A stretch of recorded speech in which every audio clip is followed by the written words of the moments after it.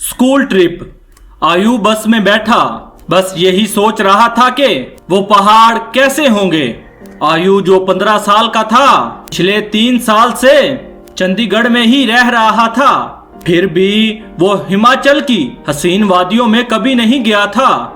लेकिन फिर उसका सपना इस स्कूल ट्रिप में पूरा होने वाला था। ढेर सारे लंच बॉक्सेस से खाना खाते हुए और अंताक्षरी खेलते हुए पूरा दिन बीत गया था। वो शिमला पहुंचने ही वाले थे कि पता नहीं कैसे कि उनकी बस जो कुछ मिनट पहले ठीक से चल रही थी, उसमें से धुआं निकलना शुरू हो गया। रात बहुत हो चुकी थी और बच्चे साथ में थे, तो सब टीचर्स ने मिलकर फैसला लिया कि वो पास में ही एक होटल में रुक जाएंगे और सुबह मैकेनिक को बुलाकर बस ठीक करवा कर शिमला के लिए निकल जाएंगे। वो लोग पास के एक होटल में पहुंचे।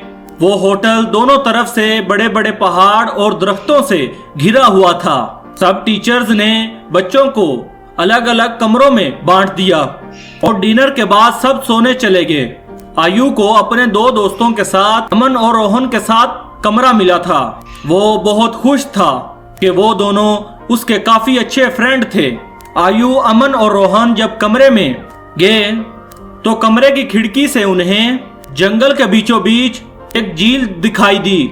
उन्हें सब कुछ याद था कि पिछली स्कूल ट्रिप पर रात में 2 बच्चे ऐसे ही झील पर निकले थे और वो स्कूल के सबसे पॉपुलर बच्चे बन गए। तो इन तीनों ने भी प्लान बनाया कि इस बार वो भी कुछ कारनामा करेंगे। इन्होंने सोचा कि वो छुपके से होटल से बाहर निकल जाएंगे और उस झील पर जाकर फोटो खींचकर वापस आ जाएंगे। जैसे ही होटल का गार्ड सो गया, वो तीनों बाहर निकल गए। झील दिखने में होटल से ज्यादा दूर नहीं लग रही थी, लेकिन वो आधे घंटे से झील की तरफ चलते जा रहे थे कि जंगल का रास्ता था कि खत्म ही नहीं हो रहा था। ठंड बहुत ज्यादा बढ़ चुकी थी और उस सुनसान जंगल में ठंड के मारे उन तीनों की हालत खराब हो रही थी। उन्होंने अपना फोन चेक किया तो उस पर भी नो सर्विसेज था। तब उन्हें लगा कि उन्हें झील का प्लान कैंसिल करके वापस होटल चले जाना चाहिए। अपने फोन की फ्लैश लाइट के सहारे वो वापस होटल का रास्ता ढूंढने लगे। रास्ता ढूंढते ढूंढते अमन और रोहन जो आयु से आगे चल रहे थे, जब पीछे मुड़े उन्होंने देखा कि वहां रोहन था ही नहीं। तो उन्हें अपने पास से ही किसी के भागने की आवाज सुनाई दी। तो वो बहुत घबरा गए क्योंकि वो रोहन को अकेला नहीं छोड़ सकते थे। तो उन्होंने उन कदमों की आवाज का पीछा किया। वीरान और घने जंगल के बीच वो इन कदमों की आवाजों का पीछा करते गए। तो कुछ मिनटों बाद खत्म हो गई। रोहन उन्हें अभी तक नहीं दिखा था और अमन और आयु अब बहुत ज्यादा डरने लगे थे। लेकिन तभी उन्हें ऐसी आवाजें सुनाई देने लगी कि मानो जैसे कोई जमीन खोद रहा हो।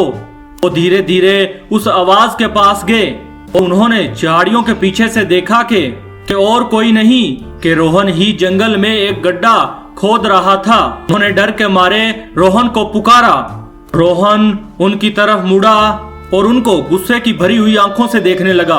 उसकी आंखें एकदम काली पड़ चुकी थी, जैसे किसी ने उसके अंदर से ही आंखें निकाल ली हों। अमन रोहन के पास गया और उसने रोहन के कंधे पर हाथ रखकर उससे पूछा कि तुम्हें क्या हुआ। लेकिन रोहन के कंधे पर हाथ रखते ही रोहन अमन के ऊपर चला उठा और रोहन ने अमन को बहुत तेज धक्का दिया। अमन काफी दूर जाकर गिरा। रोहन के अंदर एक अजीब सी शक्ति आ चुकी थी। आयु भागा भागा अमन के पास गया। रोहन अब दोबारा आयु की तरफ आगे बढ़ने लगा, पर वो जैसे ही आयु के पास आया, रोहन को अजीब से दौरे पड़ने लगे और वो बेहोश हो गया। आयु उसको होश में लाने की कोशिश करने लगा और जैसे ही रोहन होश में आया और उसने अमन की तरफ देखा और जोर जोर से चिल्लाते हुए कहने लगा, वो अमन के अंदर है, वो अमन के अंदर है। तभी आयु ने देखा तो अमन सर झुकाए नीचे बैठा था। तो उसने अचानक से अपना सर उठाया तो उसकी आंखें भी बिल्कुल काली पड़ी थी। इससे पहले आयु और रोहन कुछ कर पाते, अमन उठकर जंगल की तरफ दौड़ना शुरू हो गया। रोहन और आयु ने उसका पीछा किया। फोन की फ्लैशलाइट में देखा कि अमन एक खंडर की तरफ भाग रहा था। करीब जाकर उन्होंने देखा कि वो खंडर दरअसल में एक बहुत पुराना घर था, जिसे देखकर ऐसा लग रहा था कि वहाँ सालों से किसी इंसान ने भी कदम नहीं रखा था। दोनों बहुत ही डरे हुए थे और उनकी आगे जाने की हिम्मत नहीं हो रही थी। पर अमन को बचाने के लिए आयु और रोहन उस खंडर में चले गए। ऊपर के एक फ्लोर से उन्हें एक आवाज आ रही थी। वो उस आवाज के पास पहुंचे। जो उन्होंने देखा उस पर उन्हें विश्वास ही नहीं हुआ। तो उन्होंने देखा कि अमन बेहोशी की हालत में हवा में लटका हुआ था और एक बूढ़ी औरत उससे बात कर रही थी। उस औरत का चेहरा बहुत ही भयानक था। उसकी आंखें एकदम काली थी, खाल लटकी हुई और बिखरे हुए सफेद बाल उसको और डरावना बना रहे थे। वो दोनों उस औरत को देखते ही बाहर की तरफ भागे। औरत भी उनके पीछे पीछे आने लगी। आयु और रोहन जल्दी से सीढ़ियों के नीचे उतरे और उस घर के खंडर के दरवाजे तक पहुंचे।